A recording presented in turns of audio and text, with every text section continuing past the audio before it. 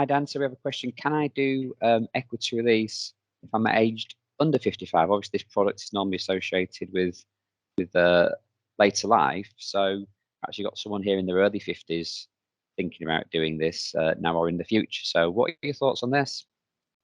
I mean, the short answer is that if you're under 55, you're not eligible for equity release.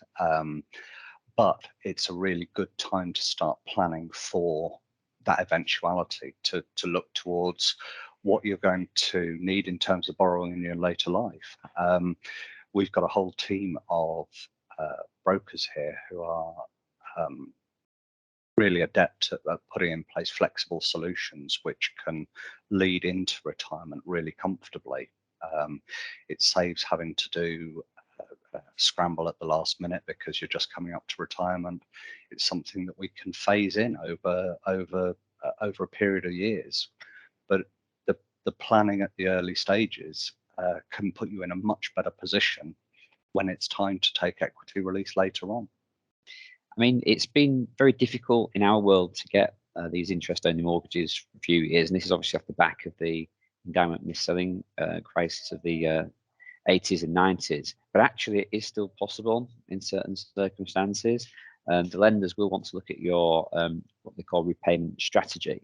So there are only so many of these that they allow, such as a realistic future downsize or money coming perhaps from other investments. In future inheritance from a family member, unfortunately, isn't one.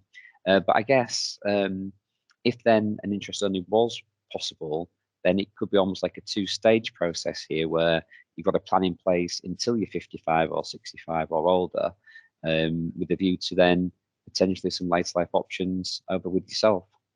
Yes, and what this means is that you're not forced into doing equity release at too young an age, where the rates can be higher than they are later on.